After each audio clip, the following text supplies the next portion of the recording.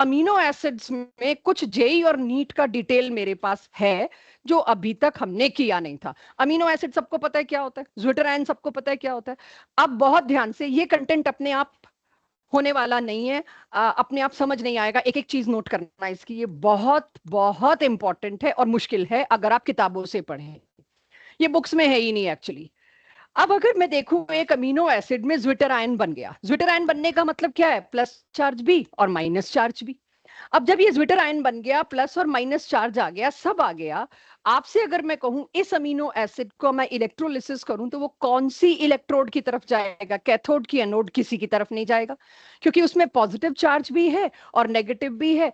ऐसी सिचुएशन जब amino acid किसी की तरफ ना जाए, आउट ऑफ टू इलेक्ट्रोड्स, उस सिचुएशन पे अब मेरे को बात करनी है। ज्विटर आयन तो सबको क्लियर है ना क्या होता है, थोड़ी देर में और बेटर क्लियर हो जाएगा। ज्विटर आयन जब बना तब वो किसी भी एक इलेक्ट्रोड की तरफ माइग्रेट नहीं हो पाता है। अगर ज्विटर आयन किसी भी एक इलेक्ट्रोड की तरफ माइग्रेट नहीं हो रहा इलेक्ट्रिसिटी सप्लाई करने के बाद भी, ये सिचुएशन किसी एक पीएच पे ही आती है। उस पीएच को कहा जाता है पीएच एट विच ज्विटर आयन एग्जिस्ट।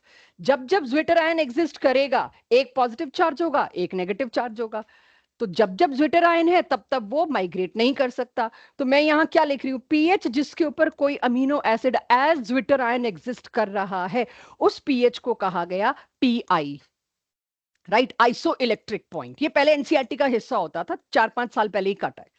तो आइसो इलेक्ट्रिक पॉइंट कहते हैं पीआई। आज हम पहले आधा पौना घंटा सिर्फ पीआई ढूंढने और पीआई के पास्ट ईयर्स करेंगे। अब तो मैंने आज ढूंढी लिए, इन बुक्स में से जो आए हुए वही लिखे हुए हैं यहाँ पर। तो पीआई मेरे को ढूंढना है, पीआई पे बात करनी है। सबसे पहले मेरे को आइसो इलेक्ट्रिक पॉइंट पता होना चाहिए। आइसो इलेक्ट्रिक पॉइंट वो पीएच है जिसपे ज्विटर आयन एग्जिस्ट करता है, जिसपे वो किसी भी इलेक्ट्रोड की तरफ माइग्रेट नहीं करता। आई होप इतना सबकी कॉपीज में आ गया होगा। तो अब आती है बात, ठीक है ज्विटर आयन है, पीआई है, इसको मैं यूज कैसे कर रही हूँ डायरेक्टली क्वेश्चंस में। आपको थ्योरी तो मेरे लिए यहाँ मायना रखती ही नहीं है, ऑब्जेक्टिव का पार्ट है। हर अमीनो एसिड का पीआई फिक्स्ड होता है, अलग अलग होता है, क्योंकि हर अमीनो एसिड का स्ट्रक्चर तो सेम नहीं होता। जब स्ट्रक्चर अलग है तो क्या अलग है वो अब देखिएगा। तो अगर मैं देखूं हर अमीनो एसिड का पीआई फिक्स्ड है, तो उस पे मेरे को थोड़ा सा काम करना है कि कैसे पता लगता है क्या होता है पीआई, ढूंढते कैसे हैं, इस पे क्वेश्चन क्या आते हैं। सबसे पहला केस, मान लीजिए आपको ऑल पॉसिबल अमीनो एसिड्स में से, अब तो मनगढ़ंत अमीनो एसिड भी दे सकते हैं इसके अंदर अपनी मर्जी से कुछ भी स्ट्रक्चर बना के, अमीनो एसिड जिसमें एसिड ग्रुप्स ज्यादा हैं as compare to amino groups. For example this everybody, इसमें कितने ग्रुप्स हैं एसिड वाले, कितने ग्रुप्स हैं, दो। बेसिक वाला ग्रुप कितना है, एक। तो एसिडिक ग्रुप ज्यादा है, तो मैं कह सकती हूँ ये अमीनो एसिड, वही क्लासिफिकेशन है, एसिडिक अमीनो एसिड कहलाएंगे ये, right. If it is acidic amino acid, ये मेरे पास इसकी शक्ल दिख रही है मेरे को। अब अगर कोई मुझसे ये पूछे या मेरी क्लास को मुझे बताना हो pH 7 का क्या मतलब होता है, मैं सिर्फ ये इसके लिए नहीं लिख रही कि किसी को pH 7 भी ना पता हो, तो मैं उसके लिए लिख रही हूँ। pH 7 का मतलब है सॉल्यूशन न्यूट्रल है। हम 25 डिग्री पे बात कर रहे हैं, 25 डिग्री पे pH 7 का मतलब क्या होता है, न्यूट्रल है। न्यूट्रल का मतलब क्या होता है, जितने H+ हैं उतने ही OH- है। या और शब्दों में, यहां बहुत इंपॉर्टेंट होंगे मेरे वर्ड्स जिससे आप समझेंगे। डिफरेंट वर्ड्स में बोलूं कि किसी भी एक चीज की एक्सेस नहीं है, ना तो H+ फालतू है ना OH- फालतू है, बाहर कुछ भी नहीं है दोनों में से। किसके बाहर, अमीनो एसिड के बाहर जिस वाटर में तुमने डाल रखा है, कुछ नहीं है, ना H+ है ना OH- है, कोई लेना देना उनसे पॉसिबल नहीं है, ठीक है जी। pH 7 का मतलब आई होप मेरी क्लास को क्लियर हो गया।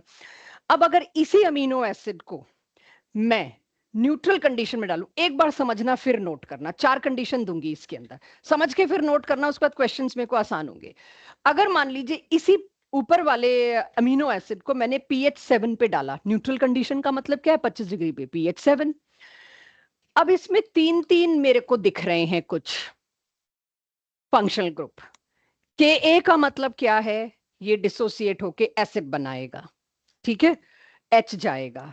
इस Ka का मतलब क्या है, ये भी डिसोसिएट, वीक है एसिड्स, वीक एसिड्स में इक्विलिब्रियम बनता है, जहां इक्विलिब्रियम बनता है वहां इक्विलिब्रियम कांस्टेंट की टर्म में एसिडिक स्ट्रेंथ बताते हैं Ka। आपने एसिडिक चैप्टर भी पढ़ लिया, carboxylic acid, higher Ka lower Ka। तो अगर मैं इस NH2 के नीचे भी, इसी में कंफ्यूज होंगे आप अगर होंगे तो, जो मैं अब बता रही हूं, इसके नीचे भी Ka लिखूं तो एक समस्या आती है। ये तो एसिड नहीं है, ये तो बेस है, तो इसके नीचे तो आप Kb लिखो। ठीक है, मैंने पहले से इसके नीचे Kb लिखा हुआ है, तो अभी के लिए अभी मैंने Kb लिखा है।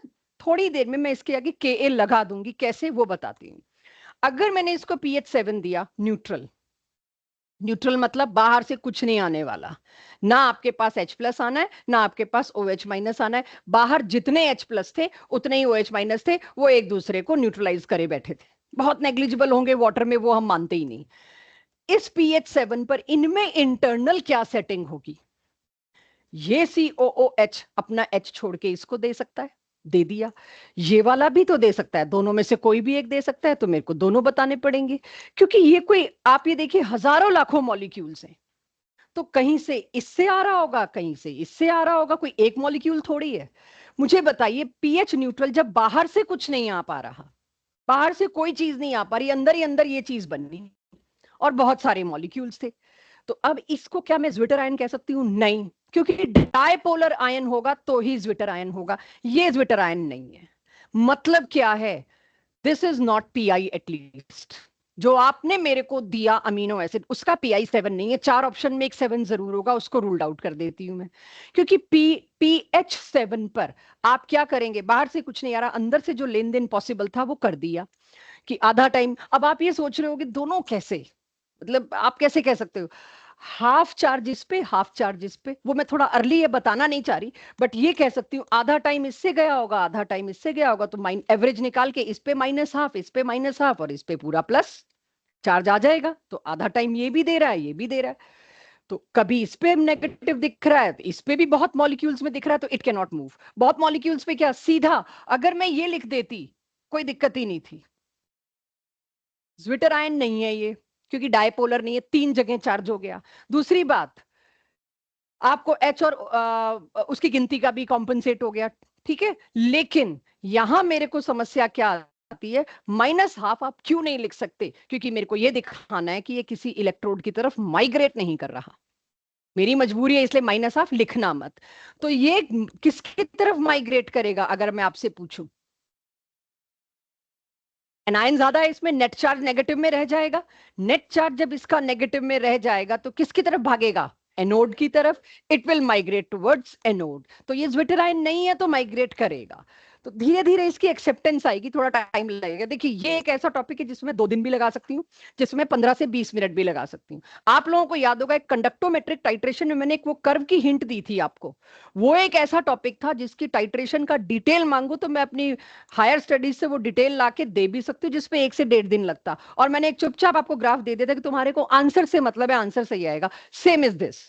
ये एक ऐसा टॉपिक है जिसपे हम बहुत बड़ी रामायण बांट सकते हैं, या शॉर्टकट से इसको सॉल्व कर सकते हैं। तो आई प्रेफर इसके शॉर्टकट पे आइए। तो अब आपके पास, मैं ये मानती हूँ कि चलिए मैंने न्यूट्रल कंडीशन में डाल दिया, थोड़ी देर बाद क्रॉस क्वेश्चन लूंगी, अगर आ भी रहो तो रोक लेना अपने आप को। अब न्यूट्रल कंडीशन में डाल के ये तो पता चल गया जी इसका PI 7 नहीं है। As Zwitter ion is not formed at 7 pH, तो it will migrate towards anode. तो पहली चीज तो 4 ऑप्शन में से मुझे ये पता चल गई कि इसका PI 7 तो नहीं है। तो अभी इसका शॉर्टकट आएगा, इसको एक्सप्लेन अगर मैं कर सकी तो इसके बाद अब मेरे पास आता है, ठीक है आपने न्यूट्रल कंडीशन ली थी, थोड़ी एसिडिक लेके देखो, थोड़ी बेसिक लेके देखो, तब समझ आएगा बाहर से क्या सप्लाई हो रहा है, क्या नहीं हो रहा। ये पहली स्लाइड नोट कर लीजिए, फिर मैं अगली कंडीशंस पे लाती हूँ। नोट जरूर करिए इसको, आज का कंटेंट नोट करना जरूरी है, क्योंकि फिर आप यूट्यूब पे वीडियो ढूंढोगे इसके लिए। ये किताबों का टॉपिक नहीं है, इट्स नॉट गिवन। भाई 1-2 लाइनें लिख देते हैं बस, एक्सप्लेन। तो अब अगर मैंने इसको न्यूट्रल कंडीशंस के बजाय acidic, basic, slightly acidic, more acidic, इन सब में डालना शुरू किया, तो तीसरी चौथी कंडीशन तक तुम लोग मेरे को जवाब देना शुरू कर दोगे। अब मैं देती हूँ इसको एसिडिक कंडीशन। एसिडिक कंडीशन में देखिए मैंने पीएच कितना दिया है एवरीवन? 2। pH 2 देने का मतलब क्या है? बाहर से बहुत सारे प्रोटॉन डाल दिए मैंने, प्रोटॉन रिच है बाहर। जैसे ही बहुत सारे प्रोटॉन आएंगे बच्चों, हैव अ लुक, अगर कोई मेरे को कहे बहुत सारे प्रोटॉन डाल दिए बाहर, इसका मतलब क्या है?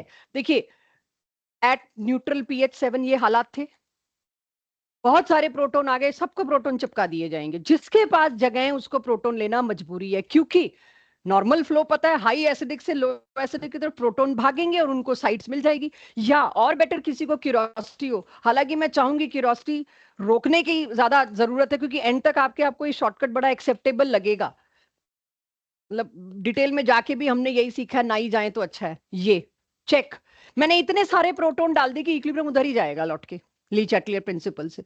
तो ये सारी बड़ी ऑब्वियस चीजें हैं, आई नो आपको हम ही ने आदत डाली है डिटेल की, बट अब अगर मैं 2 महीने का टारगेट लेके चल रही हूं तो अब मेरे को उस डिटेल को थोड़ा सा इग्नोर करके सीधे नॉलेज नहीं नंबर लेने की तरफ जाना पड़ेगा। सो अपने पे ट्रस्ट रखिएगा, धीरे धीरे चीजें सामने आ जाएंगी। जब आप बाहर इतना प्रोटॉन डाल रहे हो, कौन एसिड वीक एसिड है, कार्बोक्सिलिक एसिड, ये कौन सा नाइट्रिक एसिड है, डिसोसिएटेड नहीं रहेगा, ये एसोसिएटेड। और तो और जिस पर NH2 पर लोन पेयर था, उसको भी अंदर से प्रोटॉन लेने पड़ रहे थे, उसके पास भी छूटे, शायद बाहर से प्रोटॉन ले लिए ही होंगे सर्टेनली। अब मुझे बताइए, क्या ये ज्विटर आयन बना? नहीं। इसका मतलब PH2 भी PI नहीं है, ये किसकी तरफ जाएगा? कैथोड की तरफ। अब धीरे धीरे आपकी गैसिंग शुरू होगी, स्लाइटली एसिडिक लेके देखते हैं, राइट। स्लाइटली एसिडिक अगर मैं लेती हूं तो मेरे को ना वैसे इसको ऐसे ही लिखना चाहिए,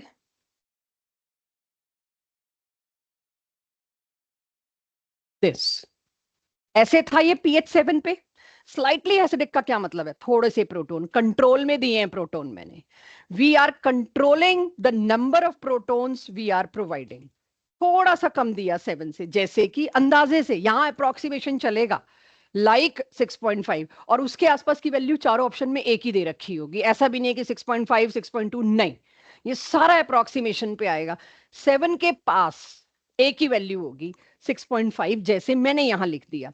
6.5 पे क्या होगा? H जाएंगे बट कंट्रोल में जाएंगे। अब आप सोचिए, H अगर जाएंगे और कंट्रोल में जाएंगे, अब आप समझिए यहां क्या हुआ। अब मैं वापस इसका ओरिजिनल ले आती हूँ, न्यूट्रल छोड़ देते हैं इसका, ठीक है। ओरिजिनली अमीनो एसिड ये था, अब हम क्या सोच रहे थे, इधर से इधर चला जाए, लेकिन हमने ये कहा कि इसी एसिड से H क्यों जाएगा, इससे भी तो जाएगा, तो दोनों के दोनों पॉजिटिव नेगेटिव चार्ज कैरी करेंगे, ज्यूटरायन नहीं बनेगा। अब हुआ वही, दोनों से गया, आई एम नॉट सेइंग कि नहीं गया, तो फिर से समझिएगा, इससे भी आधा टाइम H गया, इससे भी आधा टाइम H गया, तो अब मैं ले आई माइनस हाफ चार्ज, राइट। आधा टाइम गया, क्यों भी पूरा क्यों नहीं गया? आधा टाइम कौन परवाह करेगा? वो जो बाहर से थोड़े से प्रोटॉन आ रहे हैं ना, वो उस आधे आधे को मैनेज करेंगे। यानी कि अगर आपके पास ये सिचुएशन थी, कंट्रोल्ड का मतलब क्या है? थोड़े से प्रोटॉन है बाहर से, थोड़े से प्रोटॉन है बाहर से, तो इसको तो बाहर से ही मिल गया, ये सोच लो, ठीक है। Let's understand it another way, इसको तो बाहर से मिल गया, स्लाइटली एसिडिक है बाहर, ये अंदर वाले से ना लेके बाहर से ले रहा है, लेकिन बाहर स्लाइटली एसिडिक होने की वजह से इक्विलिब्रियम इनका डिस्टर्ब तो होगा ना। जितनी तेजी से पहले ये डिसोसिएट होके प्रोटॉन बना रहे थे, उतनी तेजी से तो नहीं बनाएंगे। तो मेरे को एक फ्रैक्शन देना था, तो मैंने इजी करने के लिए माइनस हाफ कह दिया। आप इसको फ्रैक्शन 1/3 और 2/3 भी कर सकते थे, वो आपकी मर्जी है, but that is complicating the thing. मुझे PI तो ढूंढना है, मेरे को चार्ज थोड़ी ढूंढना है। कंट्रोल्ड का मतलब क्या है? बस इतने ही प्रोटॉन्स मिले जितने में इसका काम और इसका काम हो ले। तो कई बार आपको ऐसी सिचुएशन में ये भी मिल सकता है कि बाहर से कंट्रोल्ड पीएच थे, तो जैसे मैंने माइनस हाफ लिख दिया, yes this is also possible, एक पे कंट्रोल हो गया, एक पे नहीं हुआ, दोनों पे आधा आधा हो गया। पॉइंट कहने का ये है कि कंट्रोल्ड पीएच जो है, माइनस हाफ सबसे ज्यादा सूट क्यों कर रहा है? दोनों को कंट्रोल कर दिया कि भाई आप प्रोटॉन रिलीज तो करोगे, क्योंकि बाहर ऑलरेडी प्रोटॉन है, उतने नहीं रिलीज कर पाओगे जितने आप पहले कर पा रहे थे, आपकी एफिशिएंसी आधी हो गई। तो दोनों की एफिशिएंसी आधी आधी हो गई। अब देखिए नेट चार्ज कितना आया? 0। Yes this is under 25 degree centigrade, ये न्यूट्रल आ गया, ये बन गया ज्विटर आयन, ये किसी इलेक्ट्रोड की तरफ माइग्रेट नहीं कर पाएगा। तो मैंने अंदाजा लगाया 7 के आसपास होगा इसका PI। ऑप्शन में 6.5 था, तो मैं 6.5 चूज करूंगी, 6.4 होगा, 6.7 होगा, तो मैं वो चूज करूंगी स्लाइटली, ठीक है। अब हाँ जी, थो हाँ बोलो। है 3 जगह डिवाइड, लेकिन net charge 0, that I said zwitter ion. Dipolar है बिल्कुल, अगर आप नेट देखो तो डायपोल ही है, एक नेगेटिव एक पॉजिटिव, मैग्नीट्यूड में डायपोलर है। यस, 3 लोकेशन पे हुआ, इसलिए मैंने 0 और 1 वाली चीज दिखाई कि आप ये क्यों नहीं समझ लेते, एक जगह 0 एक जगह -1 है। लेकिन आप मेरे को कहो इधर है कि इधर है 0, इसीलिए मैंने दोनों जगह अप्रोक्सीमेट आधा आधा कर दिया, बनेगा ये ज्विटर आयन ही।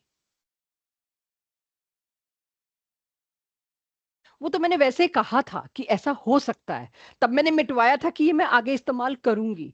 न्यूट्रल कंडीशन क्या है वो फिर से दिखा देती हूं आपको। मैंने ये कहा था कि आप ये सोचो, अंदर ही अंदर एक प्रोटॉन है जो इधर और इधर आ सकता है, लेकिन अगर इधर से आएगा तो इस पे -1 चार्ज दोगे, इधर से आएगा तो इस पे -1 चार्ज दोगे, पॉसिबिलिटी है। बट एक साथ बहुत सारे अमीनो एसिड्स हैं, कहीं से भी किसी को भी मिल सकता है, तो मेरे पास दोनों जगह इक्वल चांस है -1 आने का। अब दूसरी एक और चीज आती है, बाहर क्या है, न्यूट्रल। न्यूट्रल माने pH 7, माने कोई प्रोटॉन और OH नेगेटिव नहीं है, बहुत नेग्लिजिबल है, जिसको मैं कंसिडर नहीं करना चाहूंगी। जब भी आप सभी लोग न्यूट्रल कंडीशन लेंगे, I know there are curiosity, इसीलिए मैंने आपको पहले ही कहा था थोड़े से शॉर्टकट पे एक बार ट्रस्ट कर लेना, आंसर सबके हैं, बहुत लंबे हैं। कि जब भी आप pH 7 पे लोगे, जहां जहां एसिडिक ग्रुप है वहां से प्रोटॉन हटाओ, जहां जहां बेसिक ग्रुप है वहां पे प्रोटॉन लगाओ। Is it clear? थोड़ी देर में आप मेरे को बढ़िया जवाब देंगे, ये मान लेना। और बेटर है कि इसकी डिटेल में नहीं जाते, आगे आप कंफ्यूज होंगे।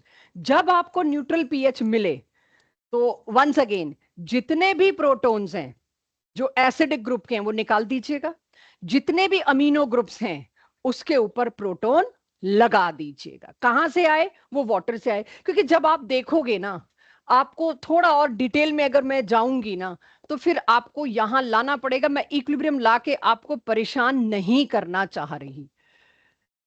ये इक्विलिब्रियम न्यूट्रल वाटर में भी एग्जिस्ट करता है, राइट? तो I want to avoid this detail, क्योंकि इक्विलिब्रियम आ गया तो आपको परेशानी बनेगी। क्लियर है? आगे चलें, एक बार एक एक एग्जांपल एक पूरा कर लेते हैं, उसका शायद आपको और अच्छी क्लैरिटी आ जाए।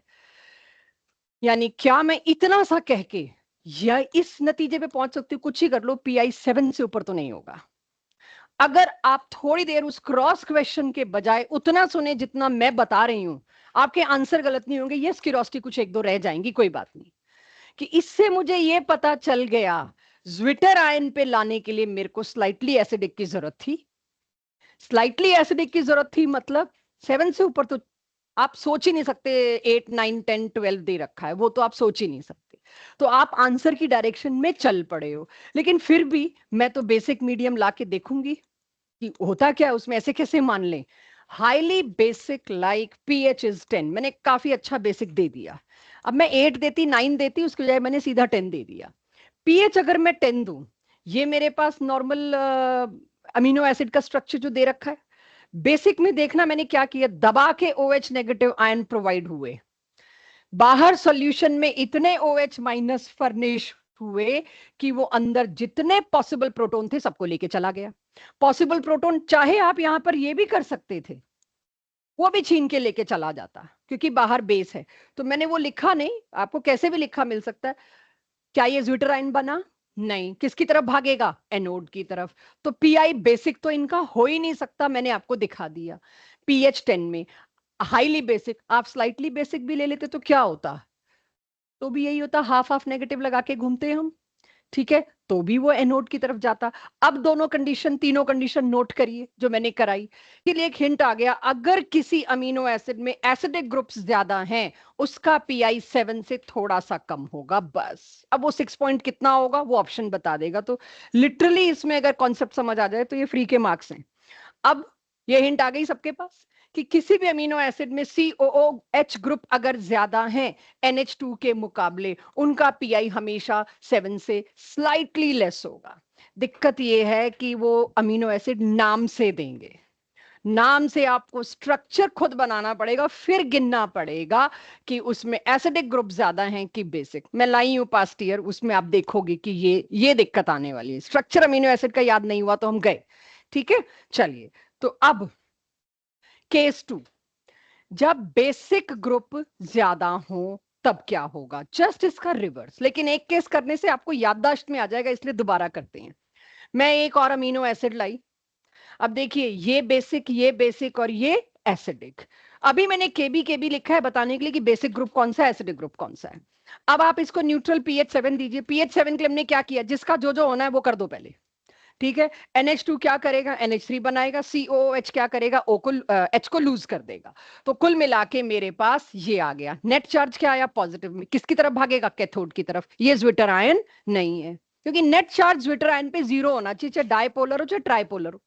नेट चार्ज 0 होना चाहिए, वो नहीं मिला। तो ये इसका मतलब अगेन इसका 7 PI नहीं है। ये किस केस में 7 PI होगा, मेरा आगे का सवाल है अभी। जिसमें एक ही NH2 एक ही COOH हो, उसमें आपका PI7 होगा। PI7 किसका हो सकता है, किसी ने अमीनो एसिड के स्ट्रक्चर्स याद करने की कोशिश की है। ग्लाइसिन, जो सबसे पहला अमीनो एसिड था, फर्स्ट, राइट, जो कि अकायरल था, ऑप्टिकली इनएक्टिव था, सिर्फ उसका PI7 होगा। तो आ गया टॉपिक, आपको क्या ही दिक्कत हुई। लेकिन जरा कंफर्म कर लेते हैं आ गया कि नहीं आ गया।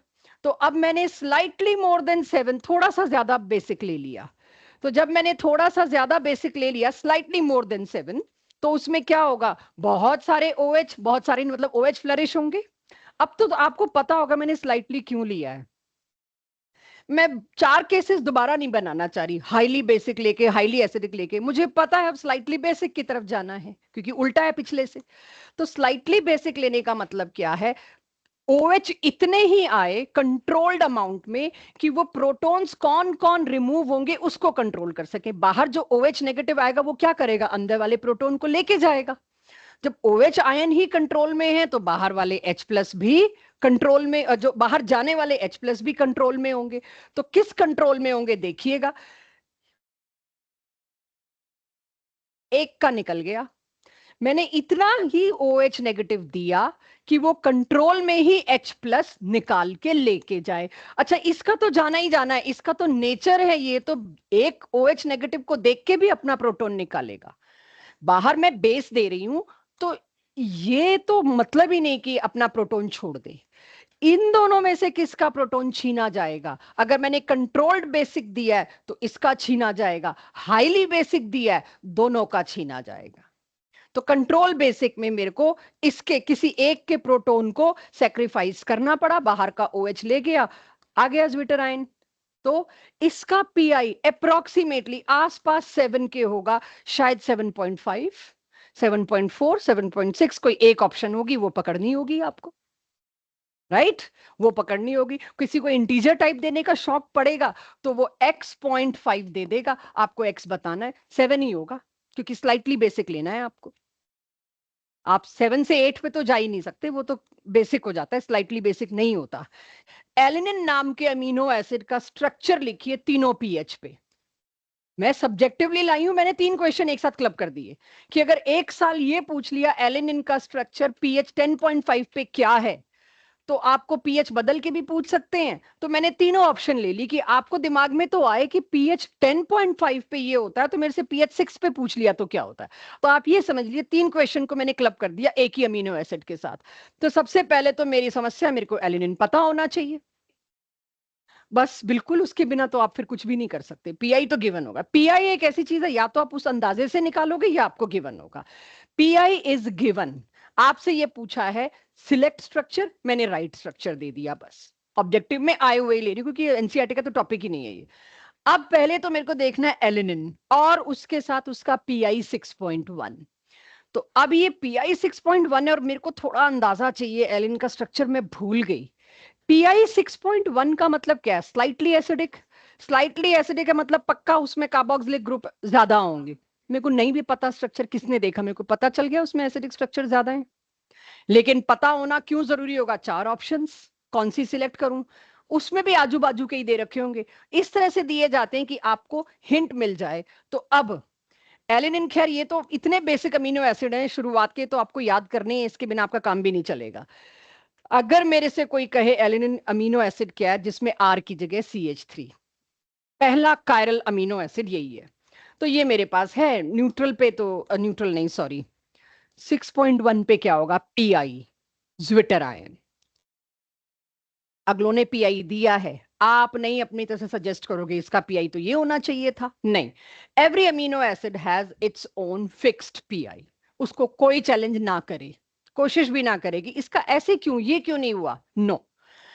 पीआई इसका अगर मुझे गिवन है तो इसका मतलब क्या है? 6.1 जो है वो ये है। अब इससे सोचो, अगर बच्चों इसका पीआई 7 दिया होता, तब आप अंदाजा लेते कि जिसका पीआई 6, अगर इसका पीएच 7 पे आना होता, zwitter ion, zwitter ion pH 7 पे तो नहीं आता, ये तो अपने पिछले देख लिया, तो कहीं गलती से भी कोई मत सोचना है तो पीएच 7 का है।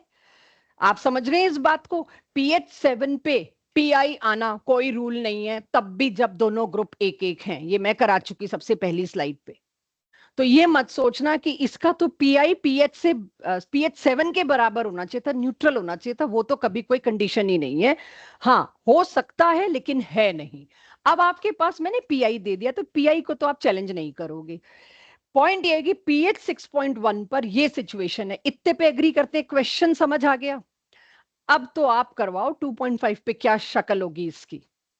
2.5 मतलब क्या है? Highly acidic. हाईली एसिडिक में ये कैसा दिखेगा? मेरी मदद करिए प्लीज। आई डोंट थिंक ये करना आपके लिए मुश्किल होगा। पीएच 10.5 पे कैसा होगा? अब आपको पता है बेस ही बेस है, ये तो बेस ने क्या करना है, जहां जहां जो प्रोटॉन है उसको बाहर निकाल लेगा, यानी NH2 और COO नेगेटिव। इसी तरह से लाइटली, लेकिन थोड़ा सा इसे एसिडिक है, कंट्रोल्ड ही कह लो। असली 6 पे है मेरा सवाल। अच्छा, -हाफ, ये माइनस से बचना वैसे तो मेरी सजेशन है, ये तो सिर्फ एक्सप्लेनेशन के लिए थोड़ी देर के लिए हम लाए हैं। माइनस हो सके तो बचिएगा भाई, थोड़ा सा और एसिडिक कर दूंगी मैं तो इसको H मिल जाएगा वापस, एक ही तो है। ठीक है, तो उस पे प्लीज ये -हाफ ढूंढना मत तुम लोग।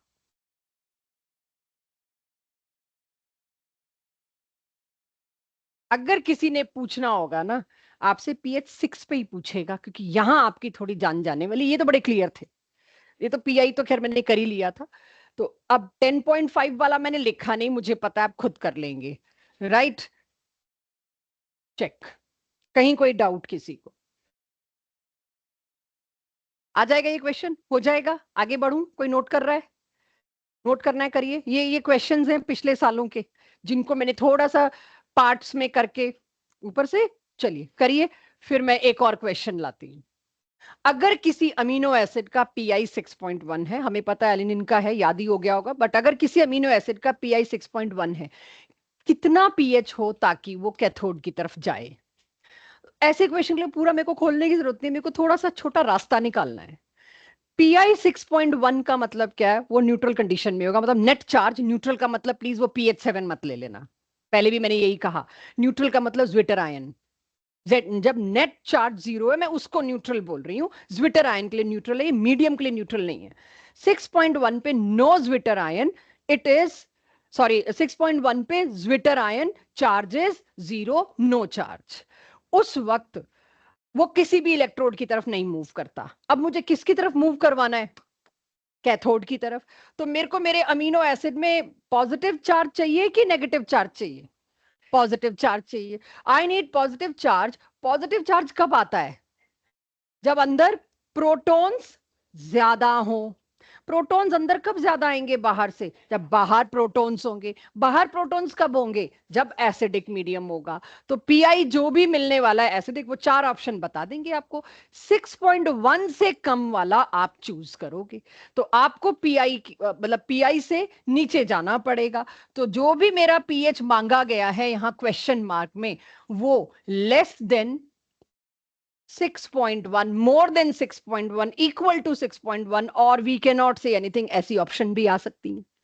तो ये आपके लिए, अब देखा जाए तो ये एक ही हिंट काम कर रही है शुरू से, कि आपको वो H प्लस, मतलब जो मैंने एक कहा कि एसिडिक वालों की तो हमेशा स्लाइटली लेस देन 7 है, या इस तरीके से आप जाइए। ये मेरे को बेस्ट पॉसिबल शॉर्टकट लगा स्ट्रक्चर बनाए बिना।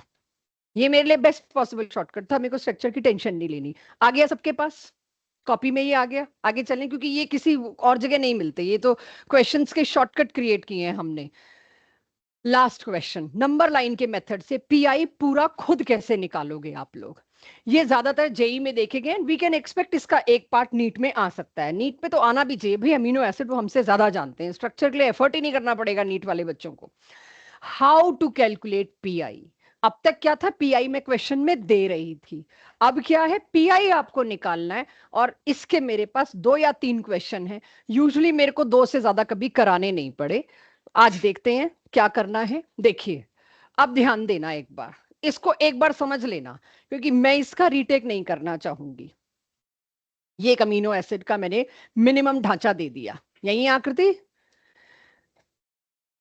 दिस। मैंने क्यों इस पे पॉजिटिव लगाया और इस पे मैंने नेगेटिव क्यों नहीं लगाया, पहले उसको समझिए। मैं अब एक ही डायरेक्शन में लेना चाह रही हूं, एसिडिक स्ट्रेंथ।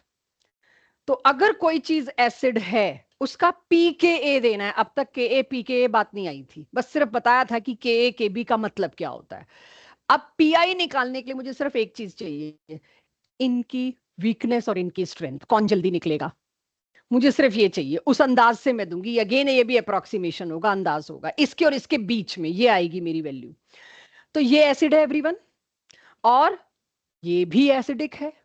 क्यों एसिडिक हो गया, इसके पास एक H प्लस फालतू है। वो H प्लस कहां से आया, चाहे आया यहां से, गॉड नोज आगे के मीडियम से आया हो, आपको वो नहीं लेना। आपको अमीनो एसिड में यहां पर मैंने पॉजिटिव लगा के दिया है, क्वेश्चन में पॉजिटिव नहीं लगा के देते।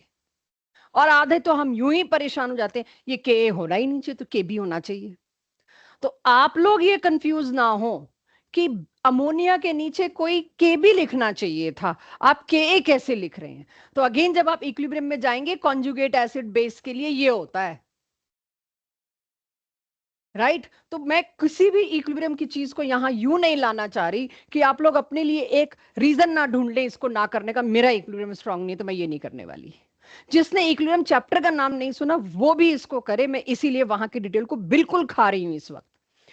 तो अगर कोई मेरे को क्वेश्चन में ऐसे उठा के देता है, मेरे लिए समस्या है इसको तुमने के कैसे कर दिया, तब जिसने ये टॉपिक पढ़ रखा है उसको पता है कि इस NH2 का यहां पे होता क्या है, मीडियम के साथ ये होता है। बाहर आप एसिडिक जरा सा भी मीडियम दोगे ये होगा, कभी तो इसका प्रोटॉन टूटेगा, ये भी एक एसिड बन सकता है। यस, बहुत पुअर। अब मैंने के की जगह क्या दिया है, पीके। आपको पता है पी में नेगेटिव आ जाता है उल्टा, जितनी बड़ी वैल्यू उतना वीक एसिड होगा ही। वीक इसके मुकाबले, कंपैरिजन तो देखो 9.6 और 2.3, कितने गुना नीचे चला गया वो।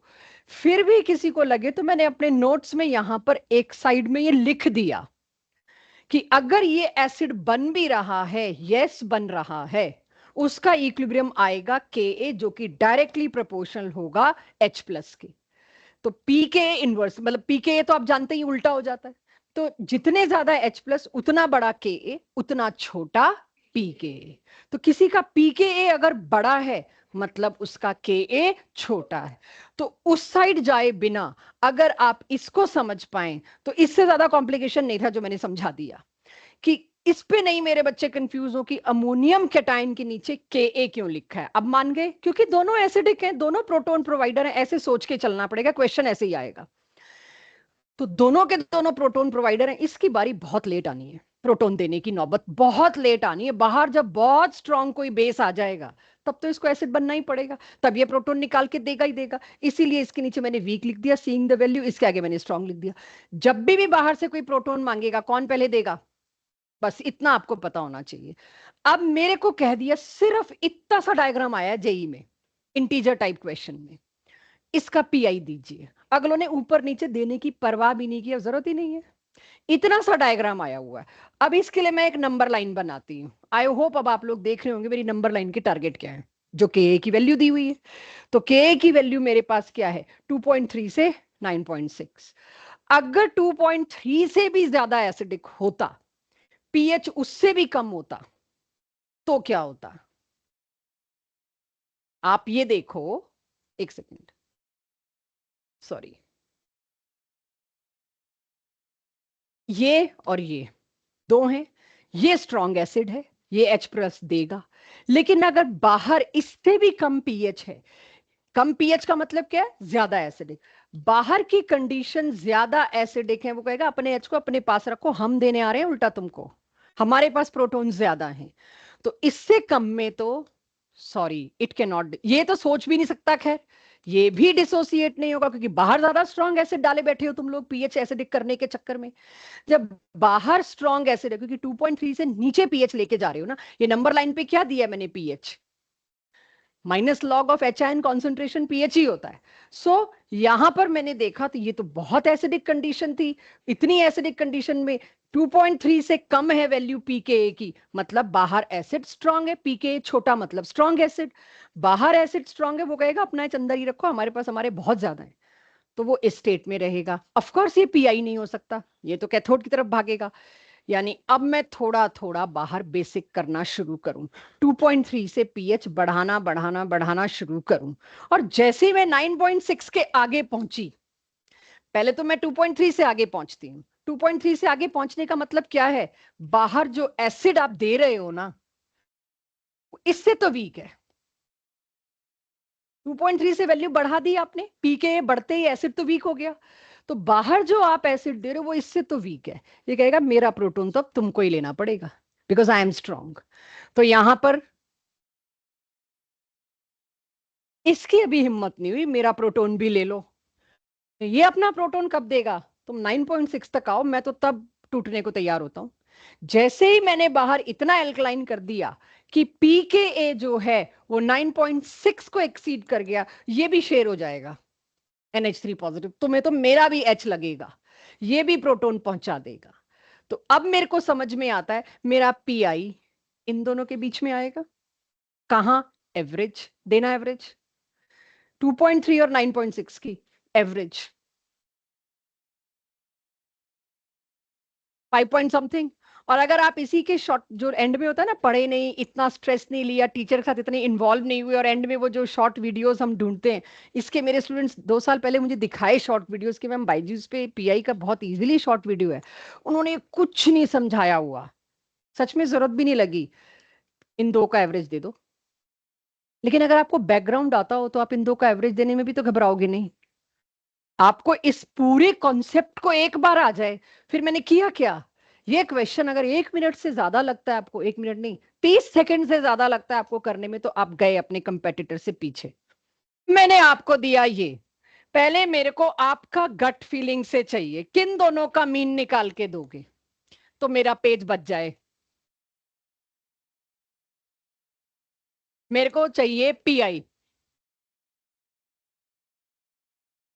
8.95 और 2.18, इनके बीच में पीआई आएगा, निकालना एवरेज। देखें, फिर मैं नहीं तो मेरा पूरा पन्ना देखना पड़ेगा आपको। कितना? हाँ भाई, इधर से कोई दे दो, अथर्व, प्रीशा, पारस, गुरबानी, अरीवा, सृष्टि। 5 पॉइंट समथिंग एवरीवन। चलो 5 के बाद में जो भी आपकी गट,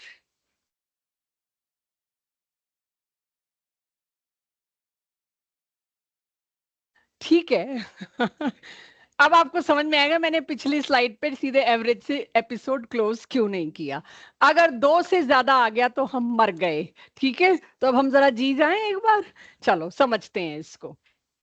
देखना मेरे बिना बताए आता है, इसे पहले नोट करो ताकि मैं जूम कर सकूं। इसे नोट करो बच्चों, मेरे को चाहिए आपकी अकल चले। अब है इतनी इतनी ऑयलिंग कर दी है हमने कि चल पाएगी। इसे करो, ये आएगा किसी ना किसी शिफ्ट में, क्वेश्चन पक्का आएगा।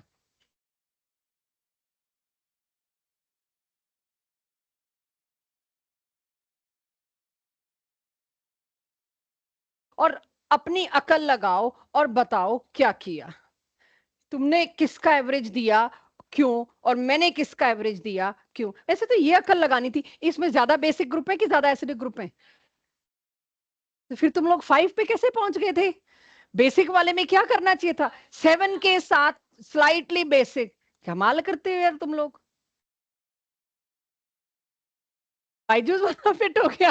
अच्छा ठीक है, करो अब सोचो। सीधी सी बात है, शॉर्टकट। यहां पर जहां आपको 3 दे दी, आपको ये तो दिमाग लगाना पड़ेगा ना, किन दो का मीन निकाले। ये भी तो दिमाग लगाना पड़ेगा। अब देखो, मैं तब तक एक बार देख लूं बस कि नीट में कौन सा क्वेश्चन आया हुआ है। ओहो, ये मेरे पास नीट की सिर्फ वॉल्यूम 1 है, सॉरी, तभी इसमें नहीं मिल रहा। देखो किन दो का मैंने मीन निकाला है और क्यों, ये क्यों भी आना चाहिए। कल को फिर कुछ आउट ऑफ द बॉक्स पूछ लिया तो कहीं आप वो खाली मीन के ऊपर मत खड़े हो जाना। इसीलिए आई विल सजेस्ट ये तो करके देखो, फंसोगे तो यही बचाएगा, इसके बिना आप कॉन्फिडेंट नहीं हो सकते।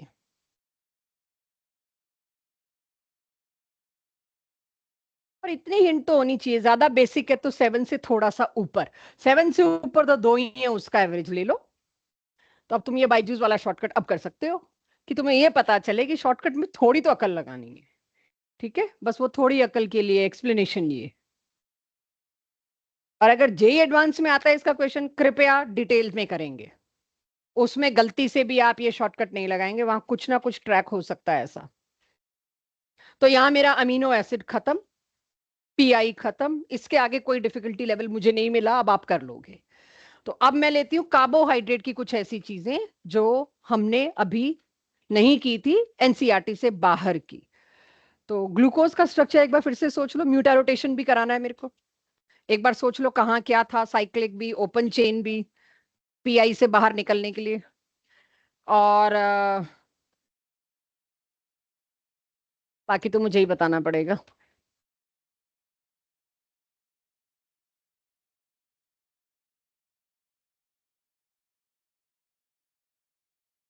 ज्योति मैम देख लेना, ममता मैम को अगर हेल्प चाहिए, उनकी क्लास में टेस्ट चल रहा है ना।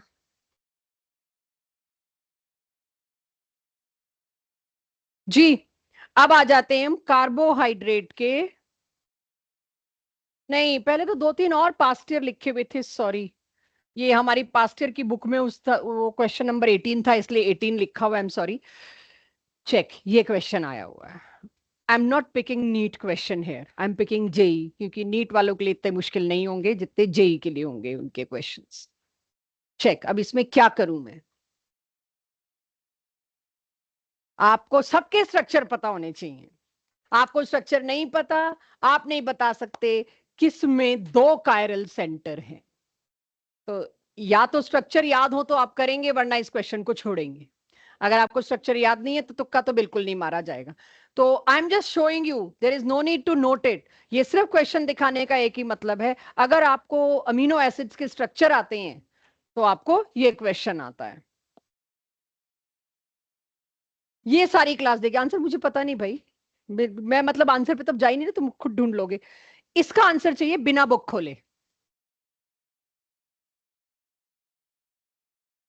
क्वेश्चन मैंने सच बताऊं देखा भी नहीं है, बस न्यूक्लियोटाइड देखा और बोल दिया कि न्यूक्लियोटाइड तो तुम लोग कर लोगे। इसका आंसर चाहिए मुझे।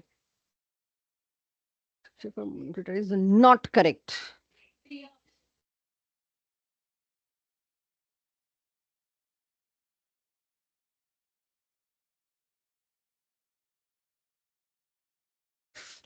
अब आप ये देखिए, डीएनए, डीएनए में यूरेसिल, बैड कॉम्बिनेशन।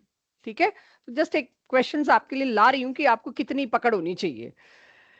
चलिए जी, अब ग्लूकोज की या कार्बोहाइड्रेट की, स्पेसिफिकली ग्लूकोज फ्रक्टोज की कुछ एक्स्ट्रा एज आपके लिए थोड़ी सी ये नोट करनी पड़ेगी।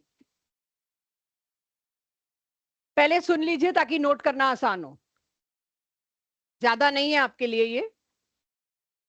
अब एवरीवन प्लीज, ग्लूकोज का मैंने इस तरह से कंडेंस फॉर्म में फॉर्मूला लिखा, यहां पर CHO CHOH होल 4 और नीचे primary alcoholic group that is CH2OH। Something new is there, तो थोड़ा सा ध्यान से, आपने जो चीज नहीं पढ़ी। अच्छा, फिनाइल हाइड्राजीन सबको पता है, एल्डिहाइड या कीटोन हो उसके साथ ये रिएक्ट करेगा। ये ओपन चेन से चल रहा है, क्लोज चेन से नहीं, ठीक है, ओपन चेन की है ये रिएक्शन। इसके साथ जब मैंने DN not exactly DNP, phenyl hydrazine react कराया, 1 मोल ने जाके ये काम किया, वी ऑल नो दैट। लेकिन अगर आप फिनाइल हाइड्राजीन एक्सेस में देते हैं तो एक और मॉलिक्यूल ऑक्सीडाइज कर देता है प्राइमरी सेकेंडरी अल्कोहल के सिर्फ एक ग्रुप को, वो भी C2 को। ये बहुत ध्यान से देखने वाली बात है। ये रिएक्शन सिर्फ और सिर्फ हर कार्बोहाइड्रेट रेदर हर मोनोसेक्राइड के C1 C2 पे होगा, सिर्फ, without affecting C3 onwards configuration at all, छुएगा भी नहीं उसको। तो एल्डिहाइड और कीटोन की अल्फा पोजीशन पे ही होता है एक्चुअली। तो एल्डिहाइड की जो अल्फा पोजीशन थी एल्डिहाइड के बाद वाली, वो यहां थी, इसीलिए इसके जस्ट बाद वाले अल्कोहलिक ग्रुप को किस में कन्वर्ट कर दिया इसने, किस में ऑक्सीडाइज कर दिया, कीटोन में, राइट। तो इसको कहीं ऑक्सीडाइजिंग एजेंट की लिस्ट में मत लिख लेना, ये एक स्पेशल, बहुत ज्यादा स्पेशल रिएक्शन है, ये कोई ऐसे नहीं है कि हर एक को ऑक्सीडाइज करता फिरेगा, सिर्फ एल्डिहाइड कीटोन की अल्फा पोजीशन पे अगर अल्कोहल है तो उनको जस। तो अब तीसरा मॉलिक्यूल इसका लगेगा, यहां पर भी फिर हाइड्राजोन बन जाएगा। इस तरह के 1-2 hydrazone, phenyl hydrazone of course, उसको एक स्पेशल नाम दिया गया ओसाजोन, ये कहलाता है ओसाजोन। और इस पे पास्ट ईयर में एक क्वेश्चन है जेई में कि इनमें से किसके osazone will be same, glucose, fructose, ribose, ये सारे नाम दे रखे हैं। ग्लूकोज और फ्रक्टोज की अगर आप कॉन्फ़िगरेशन में देखें तो फर्क सिर्फ C1 C2 में ही है, एक में C1 एल्डिहाइड है, एक में C2 कीटोन है, और वो दोनों ही मारे जाने हैं इसके अंदर, दोनों का ओसाजोन सेम है। तो मतलब ग्लूकोज और फ्रक्टोज की डिफरेंशिएटिंग फैक्टर्स पूछ लें, कुछ भी पूछ लें, दोनों में ओसाजोन एग्जैक्टली सेम बनता है। तो जिन भी मोनोसैकेराइड्स में, और मोनोसैकेराइड स्ट्रक्चर दे देंगे आपको खोल के, इनमें से किस किस के ओसाजोन सेम या डिफरेंट बनेंगे, कुछ भी पूछ सकते हैं। तो C1 C2 पर अगर कोई भी डिफरेंस है वो मारा जाएगा, बाकी सारे के सारे सेम रहेंगे, तो वहां से आप पकड़ सकते हैं कि अगर कोई मैं आपको ऐसा दे दूं मेनोज या कोई भी जिसमें C4 पे फ्लिप होती है, उसका ओसाजोन सेम नहीं होगा ग्लूकोज से। ग्लूकोज के ओसाजोन का मतलब क्या है, ये हिस्सा सेम होना चाहिए। अगर मैंने आपको मेनोज, रेमनोज कोई ऐसे दे दिए जिनमें नीचे वाला हिस्सा सेम नहीं है, तो ग्लूकोज का ओसाजोन और रेमनोज का ओसाजोन सेम नहीं होगा, क्योंकि नीचे एक H और OH पलट दिए। वो जो 16 आइसोमर लिखवाए थे वो यही तो थे ग्लूकोज के, सबके नाम अलग होंगे, कि जिसमें एक और एक भी HOH फ्लिप हो गया तो कोई रेमनोज है, कोई मेनोज है, ये तो कोई रेथरोज है, पता नहीं कितने सारे ओज हैं। यहां पे आपको ध्यान रखना है, हर वो मोनोसेक्राइड जिसका C3 से C6 सब कुछ सेम है, उनके ओसाजोन सेम होंगे। नोट करिए, एक और क्वेश्चन आया हुआ, how many moles are required for 1 osazone of glucose? 3 moles. ये भी एक काउंटिंग है, सोचो 3 मोल्स लगे ओसाजोन बनाने में, चाहे वो फ्रक्टोज का बनता, चाहे वो ग्लूकोज का बनता, और तीनों का रोल मैंने दिखा दिया 1 बाय 1। नोट इट, आपको खुद समझना है, ये एक रीअरेंजमेंट है, कीटो इनोल से स्टार्ट होता हुआ, और ये एल्कलीज की प्रेजेंस में होता है, इसे कहते हैं लॉब्री डी ब्रियन एकिंस्टन रीअरेंजमेंट, राइट। ये एक रीअरेंजमेंट है, आप केमिस्ट्री वालों को देख के बड़े आराम से समझ आ जाना चाहिए, इसमें कोई बायोलॉजी नहीं लग रही।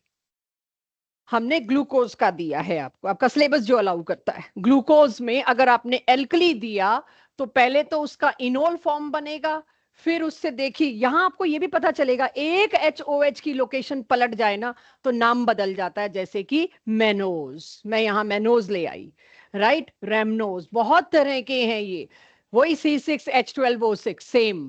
तो हाँ जी, आ गया सबके पास। तो अब देखो ग्लूकोज से क्या आ गया मेरे पास, फ्रक्टोज, यानी ग्लूकोज और फ्रक्टोज आपस में कन्वर्ट हो सकते हैं अगर मैं एल्कली की प्रेजेंस दूं via this, that's why it was important. So अभी आपको याद ही करना पड़ेगा, ठीक है, रीअरेंजमेंट आपको पता है। एक ये चीज जो मैंने हवा हवा में कराई थी, लेकिन कहीं ऐसा ना हो कि इसकी वजह से आपको कोई दिक्कत आए, कौन सी शुगर्स रिड्यूसिंग होती हैं, कौन सी नॉन रिड्यूसिंग, मैं क्लास में साथ साथ कराती रही थी, बट जस्ट एक तसल्ली के लिए कि आपसे कुछ छूटा ना हो, जिसमें भी एक्टिव एल्डिहाइड और कीटो ग्रुप होगा वो सब, मोनोसैकेराइड तो ऑब्वियसली सारे ही होंगे क्योंकि वो किसी से ज्वाइन ही नहीं हो रहे, तो एल्डिहाइड और कीटो ग्रुप है तो उसके अंदर चांस बनता है मेरे पास aldehyde, okay, aldehyde keto group अगर इन्वॉल्व नहीं है लिंकेज में दूसरे सेक्राइड्स के साथ तो भी हो सकता है। तो ये ऑलरेडी डन वाली चीज थी, जस्ट आपके लिए मैंने वैसे यहां पर लिख दिया कि आपको पता हो कि ये भी एक टॉपिक था जो मैं हर सेक्राइड के साथ साथ करती गई थी, डाई, ट्राई, व्हाटएवर। तो ये मैं नोट करने के लिए टाइम नहीं दे रही। एक लास्ट चीज, ग्लूकोज ऐसे भी कहीं मिले तो आपको हैंडल करना है, ऑब्जेक्टिव में, मेरे टेस्ट में मेरी कोशिश होगी ग्लूकोज ऐसे दिया जाए और मैं C1C4 लिंकेज दूं, तो आपको पहचानना आना चाहिए। अगेन मैंने पास्ट ईयर में देखा है तो ऐसे मिल रहा है, इसीलिए मैंने ऐसे बना के दिया है। वही आपको 6 मेंबर्ड रिंग बना के दी जिसमें एक ऑक्सीजन C1। ये H और OH मैंने ऐसे क्यों लिखा है, अल्फा दोगे तो आपको पता है H कहां, HOH की पोजीशन बदलेगी, बीटा दोगे तो बदलेगी, इसलिए मैंने इसको ऐसे कर दिया और यहां मैंने अल्फा बीटा कुछ नहीं लिखा। आप अपनी कॉपी में करेंगे, अल्फा होगा तो H उस हिसाब से लगाइए, बीटा होगा तो H और OH की लोकेशन उस हिसाब से लगाइए। मैंने इकट्ठा एक डायग्राम देना था तो ये आपके लिए दे दिया, चेयर फॉर्म में है ये, जैसे आप साइक्लोहेक्सेन की बोट फॉर्म चेयर फॉर्म करते हैं ये उस हिसाब से है। तो इसके लिए भी आप मेंटली प्रिपेयर रहिएगा। C1 के साथ ऐसे यहां पर एक और बना हो सकता है C4, या जो भी डिपेंड करेगा आपको कौन दिया जा रहा है उसके हिसाब से, अल्फा या बीटा। तो इस फॉर्म में भी आपको पहचान होनी चाहिए ग्लूकोज की। क्लियर। अब लास्ट मेरे को लेना है म्यूटा रोटेशन। म्यूटा रोटेशन क्या होता है जस्ट एक बार देख लीजिए। ये इक्विलिब्रियम मैं लास्ट क्लास में पढ़ा चुकी हूं आपको। अल्फा और बीटा दोनों ग्लूकोज वाया ओपन चेन आपस में इक्विलिब्रेट करते हैं, और एक बार इसकी कैलकुलेशन तक इंटीजर टाइप क्वेश्चन में आई हुई है। ये 36% होता है, ये 64% होता है हर वक्त इक्विलिब्रियम में। आप चाहे अल्फा से शुरुआत करो, 1 घंटे बाद मिक्सचर में आपने 100% अल्फा लिया, लेकिन 1-1.5 घंटे बाद जब इक्विलिब्रियम आ जाता है तो 36% ये बचता है, वो 64% चला जाता है। आप वहां से स्टार्ट करो, आप 100% बीटा लो, लेकिन वो ओपन चेन के थ्रू इस इक्विलिब्रियम में आ जाता है। यानी you start from either side, आपको फाइनल मिक्सचर में अल्फा हमेशा 36% मिलेगा, बीटा हमेशा। तो अब आपको ये भी पता चल गया कौन ज्यादा होता है। स्टेबिलिटी का कोई चक्कर नहीं है इसके अंदर, कौन ज्यादा होता है ये आपको एग्जैक्ट नंबर से पता चल गया। यहां पर सिंपल मैथमेटिक्स के क्वेश्चन भी पूछे जा सकते हैं। सिंपल मैथमेटिक्स की आपको ये परसेंटेज नहीं दी और आपसे परसेंटेज पूछी हो, या आपसे रोटेशन पूछी हो, तो देखिएगा कैसे क्वेश्चन पूछे जा सकते हैं, उसके लिए प्रिपेयर्ड रहिएगा। जब मैंने अल्फा ग्लूकोज के बारे में पढ़ना शुरू किया, मुझे पता चलता है उसकी रोटेशन है 112.2 degree positive, dextro, obviously dextro है ये, ग्लूकोज की दोनों ही फॉर्म डेक्स्ट्रो है। जब मैंने इधर से शुरू किया तो मेरी रोटेशन कितनी थी, +112। 100% मैंने अल्फा लिया, थोड़ी देर बाद क्या हुआ, 64% बीटा में कन्वर्ट हो गया। तो 100 का कितना हिस्सा उधर गया आपको पता है, रोटेशन भी उतने हिस्से की ये होगी 18.7। 64% हिस्से की रोटेशन है 18.7, 36% हिस्से की रोटेशन है 112। तो ओवरऑल रोटेशन इक्विलिब्रियम मिक्सचर की इन दोनों की क्या होगी वो मैंने आपको निकाल के दी, +52.6। अब इस पे मैथ्स का क्वेश्चन, जेई का क्वेश्चन क्या बन सकता है, ये आपको थोड़ा सा बदल दे, क्योंकि ये तो मेरे को याद है, म्यूटा रोटेशन की एक्चुअल वैल्यू तो मेरे को याद है।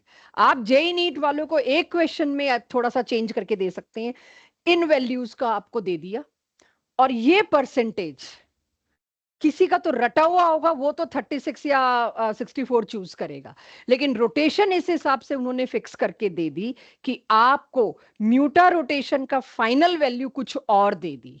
जब फाइनल वैल्यू 52 की जगह 60 दे दी, कुछ भी दे दी, और आपसे परसेंटेज पूछ ली, आपको वो निकालनी आनी चाहिए सिंपल मैथ से। तो ये आपका इतनी परसेंट का, ये प्लस इतने परसेंट का, ये इस तरह से आपने इसकी म्यूटा रोटेशन निकालनी है। But given value of actual alpha beta glucose is this. तो म्यूटा रोटेट होना is this, change of rotation of PPL from 112 to 52 or from 18 to 52 is called as muta rotation।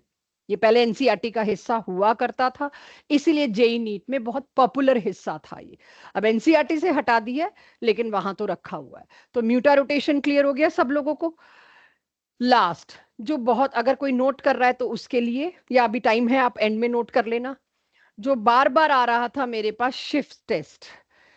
ये बहुत रेयर पूछा गया है, मेरे को नहीं दिखा जेई एडवांस के अलावा कहीं पूछा गया ये। स्टिल काफी क्वेश्चन में एक तीसरा चौथा ऑप्शन बन के आ रहा था, इसीलिए आपको दिखा दूं टू गेट इजी थिंग। कोई भी एल्डिहाइड शिफ्ट रिएजेंट के साथ, शिफ्ट रिएजेंट कलरलेस होता है, डार्क पिंक या मजेंटा कलर देता है, दैट इज शिफ्ट test. Only aldehyde, also benzaldehyde, वो टोलेंस वाली लिस्ट में आ गया एक तरह से। लेकिन शिफ्ट होता और ग्लूकोज एल्डिहाइड होते हुए भी ये टेस्ट परफॉर्म नहीं करता, क्योंकि इसकी वो जो एसिटल फॉर्म है ना, वो इतनी रोबस्ट नहीं होती कि हर एक के आगे टूट जाए। आपको पता है उसकी एसिटल क्लोज चेन फॉर्म किसी किसी स्ट्रॉन्ग एजेंट के आगे ही टूटती है। तो ग्लूकोज शिफ्ट टेस्ट नहीं देता, जबकि एल्डिहाइड शिफ्ट टेस्ट दे देता है। तो जब इतनी इंफॉर्मेशन आई तो शिफ्ट टेस्ट में मैं आपको दिखा देती हूँ, फिर जिसको नोट करना हो कर सकते हैं। ये मैंने एक एल्डिहाइड लिया, और ये कई तरह के होते हैं शिफ्ट बेस वैरायटी होती है, कलरलेस होते हैं। ये है शिफ्ट बेस। अब आप अगर देखें तो इसमें हर एक में NaHSO2 सॉरी NHSO2H NHSO2H यही सेम ग्रुप लगे हुए हैं, और इधर SO3H। हमें पता है इसके ऊपर क्या अटैक होता है, न्यूक्लियोफिलिक अटैक होता है, एडिशन होता है। ये वाली साइड ऐसे ही ये भी, ऐसे ही ये भी, और ऐसे ही ये भी variety number of aldehyde molecules के साथ रिएक्ट करेगी, चार चार के साथ एक साथ रिएक्ट करेगी। और जब वो रिएक्ट करेगी तो वही एडिशन हुआ, O के साथ H आ गया, बाकी बचा खुचा इसके साथ, या ये उसके साथ लग गया, चेक। मैंने यहां ये बनाया भी नहीं, ये एज इट इज सेम लिख दिया। क्या हुआ इधर अगर मैं देखूं, इसमें NHSO2H NHSO2, ये H किस पे लगा जाके, कार्बन पे, R, ये H ओरिजिनली वही था, और ये OH, ये OH कौन सा है, C double bond O, negative और पॉजिटिव।